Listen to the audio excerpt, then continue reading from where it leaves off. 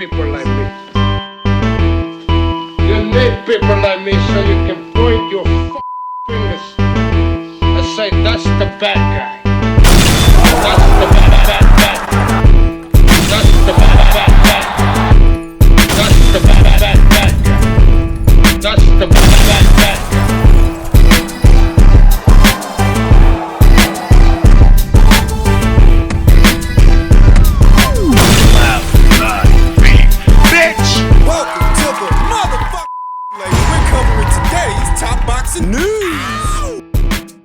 Okay, we'll start with this. What is ESPN's pound-for-pound list when it comes to the top women boxers in the world? I've seldom ever agreed with this list when it comes to the women, when it comes to the men. And I don't agree with it now. At the very top, you will find Clarissa Shields in the number one spot, ahead of Katie Taylor. Again? You know the argument I'm going to make before I even make it because I've made it so many times over the years. I think that ESPN has consistently ranked Clarissa Shields at number one for all these years out of sheer laziness. That it doesn't really require much thought. All you've got to say is the number of times she's been an undisputed champion at however many weights it's been, and that'll do it.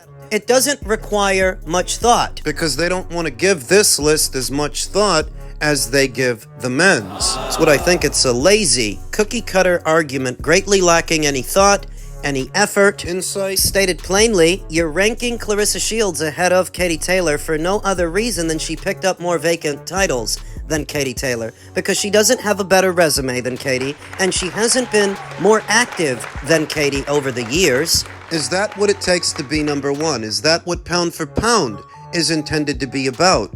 Picking up more titles that no one is holding, as a greater testament to skill. I would have thought it's more about who you fight. It's not that picking up titles doesn't matter, or that undisputed doesn't matter. It's that it matters how you got there and who you had to go through. So when most of the time the titles were made available to you, you didn't actually have to run a gauntlet of champions to get them. It's a combination of laziness, not wanting to look deeper, not caring enough to do it in tandem with American exceptionalism, that they do want the American fighter to sit atop the list. That's what that is. And it's nauseating to see that after all these years, they're still doing that. What else I don't agree with on the list? They've got Gabby Fundora ranked at number 4, who I am a fan of.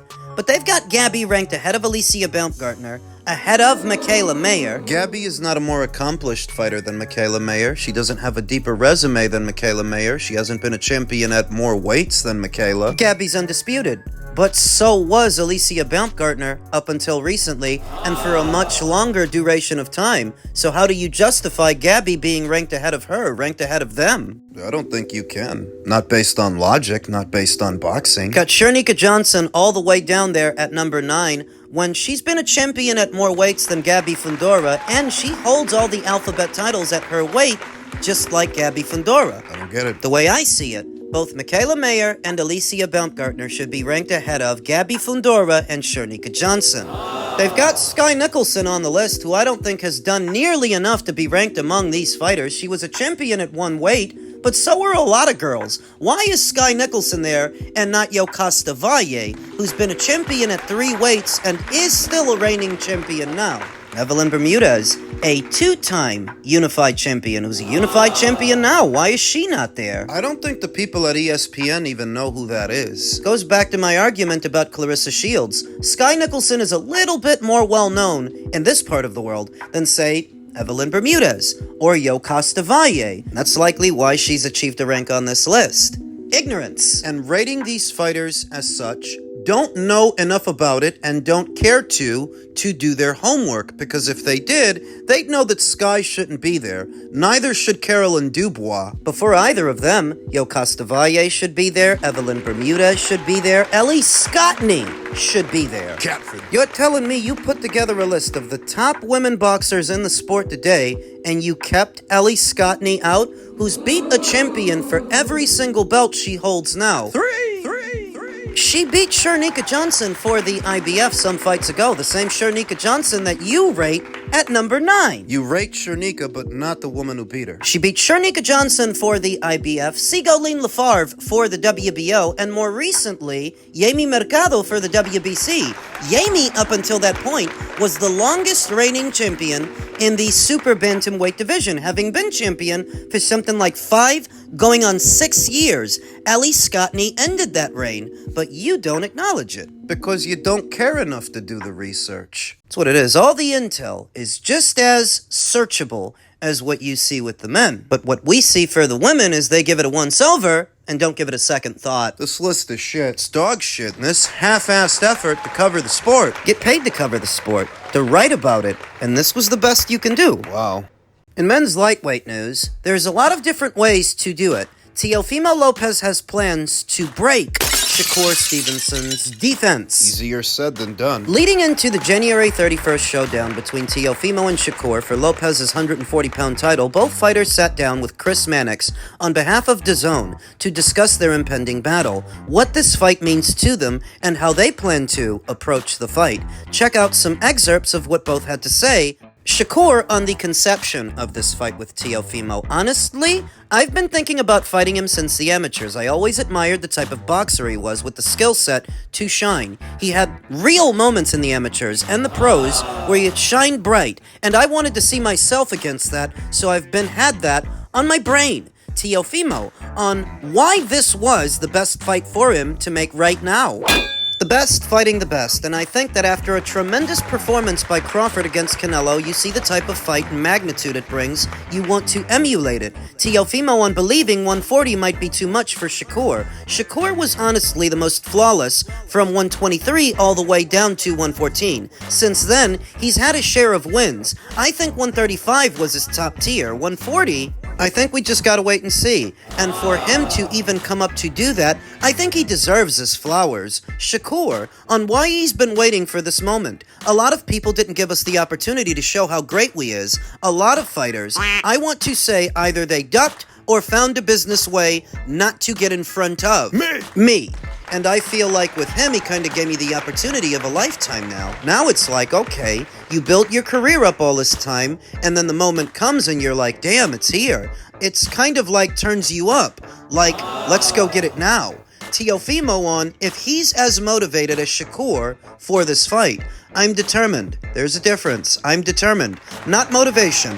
I have all the motivation I need. Got my family. People are good. I'm wealthy, healthy, determined for more. Determined for the betterment of my life. Teofimo on what he needs to do to break through Shakur's defense. There's a lot of different ways to do it, and although some may think it's illegal, it's still legal. So it's just all about making sure that I practice it stylistically. When you see a fighter like him, it is not illegal to do certain punches and throw certain punches or hit certain areas, as long as it's not below the belt. The fuck's he talking about? Rabbit punches? No, because he's saying that the punches are legal. So maybe what he's talking about is punching a guy on the arms and gloves, deliberately, as to hurt them. With bad intentions. Rocky Marciano used to do that. Canelo Alvarez does that now. He deliberately hits a guy on the arms to hurt the guy's arms, so they become heavier to lift, in order to break through the guy's defense. It's harder for the guy to tuck up and get behind his guard if his arms are heavy, if his arms are hurting. Maybe that's what Teofimo was talking about, hitting a guy on the arms and gloves. Hitting a guy on his solar plexus, targeting his chest. Of course, Stevenson drives a Lexus. When a guy's always moving and rolling punches off the shoulder, the head becomes a hard target to hit, whereas aiming for the chest makes for a bigger target. So that if you jab at the guy's chest instead of his head, and you can actually make contact with the chest, you'll know when to bring the backhand over. To make contact with his head. Jabbing at his chest. If he's too slippery, if his head's moving too much, the chest is a bigger target, so aim for that. Might be what Teofimo's talking about, and that's not illegal either. There is also manually pulling a guy's guard down like Vasyl Lomachenko used to when guys would tuck up behind a high guard. He'd take a free hand, pull the guard down manually, then sneak a punch in there. You'd think it were illegal, but it's actually not. Manually pulling a guy's guard down with your free hand, it's not illegal. Though I also don't think it would apply here because Shakur Stevenson doesn't really use a high guard, he uses a shell. Teofimo more or less has some strategies he means to implement during the fight to break Shakur Stevenson's defense, which is arguably his best weapon. He is a defensive fighter. It's the earmark of the pure boxer. Defense. Now, what do I think Teofimo needs to do to break Shakur Stevenson's will and, in effect, break his defense? How can he get to him? Well, volume has to be a part of it. Throwing punches and bunches. You need to be busier than he is. So busy that he's not getting anything done. That he's just moving and trying to stay out of trouble. He's just defending. But he's not scoring. He's not landing. You need to make it apparent to the judges that you're the one pushing the envelope and you're the one landing punches, and all he's doing is trying to survive. Which is easier said than done, because William Zepeda just tried to do that. It didn't work. Volume by itself ain't enough. It's gotta be a part of it though, but that by itself won't do it. You also need to be more accurate with your punches than William was. William Zepeda, in my opinion, has the best work rate of any lightweight in the world, but as far as what he's throwing, after a while, he's just throwing the same combinations. It's the same shit, to the point it becomes predictable. So you've got to be a bit more unpredictable and mix it up. Body punches, uppercuts, punches around the side. Give me the keys. Volume is definitely a part of it, as well as the variety of punches, as well as footwork. To keep up with and keep the pressure on Shakur Stevenson. He's going to work hard to put distance between you and him, and you need to be able to counteract that. If you can't, you're going to end up fighting his fight on his terms, whether you want to or not. That is what I think is going to happen. I don't have Teofimo winning at the end of this month. I'm expecting a ho-hum Shakur Stevenson points decision where he disarms Teofimo, because in all actuality, Teo doesn't throw as much as a William Zepeda. He likes to pick his moments, pick his spots, his windows of opportunity that I don't think are going to open. They seldom do with defensive fighters. At the risk of sounding like a broken record, you've already heard me say this a million times. Teo is a talented counterpuncher. That's what he's good at. But on the front foot, in hot pursuit, he's not as good, and he becomes vulnerable. That's what Shakur is going to do. Move around to keep distance between him and Teofimo, to force Teofimo to give chase so he can walk him into counters. Shakur, being a safety-first fighter, he won't go for the finish. He'll settle on landing his punches and piling up the points, piling up the rounds. A Shakur Stevenson unanimous decision is the pick.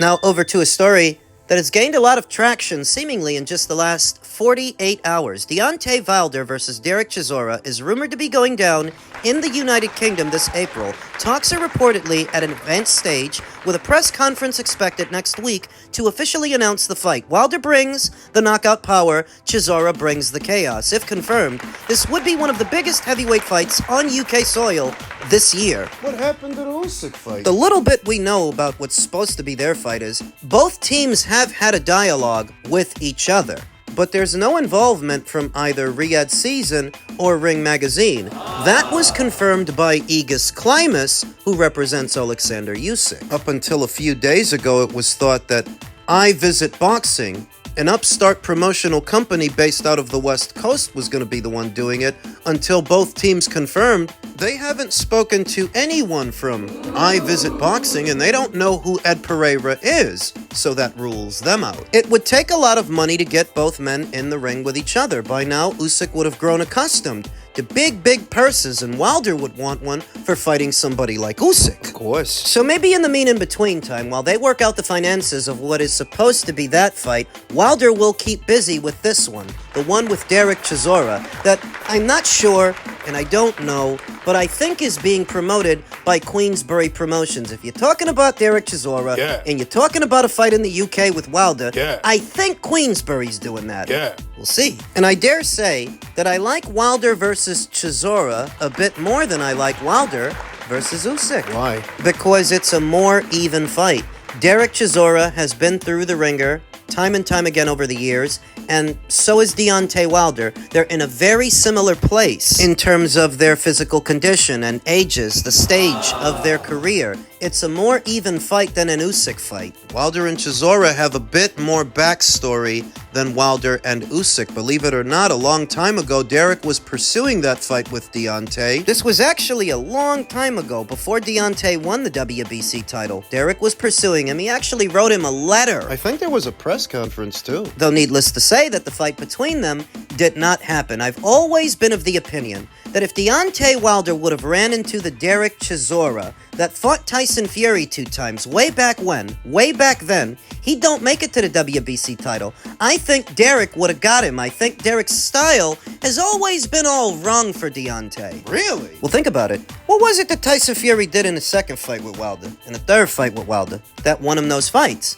What'd he do? He put pressure on Wilder, forced him onto his back foot, kept him off balance, crowded him. That's what Derek does. Derek is a pressure fighter, fighting at a slight crouch, bending at the waist and knees, throwing looping shots over the top, and Deontay Wilder not really having very good defense or very good movement. It's not coordinated. He's there for those looping shots over the top. Now, both men would have lost a step. Obviously past their prime. A lot slower than they used to be. Deontay Wilder, I don't think, has kept his suddenness, his explosiveness. He don't shoot the right hand with the same conviction that he used to and the same suddenness that he used to. So landing it on Derek as he's barreling forward, it could prove difficult. Like what we saw in the Parker fight. We might see again in the Derek Chisora fight. I always felt like Wilder left a lot of money on the table not fighting in the UK because the UK fans are a fervent bunch. Huh? Not just because of the AJ stuff and that same old conversation, but in a very general sense. The Brits would have come out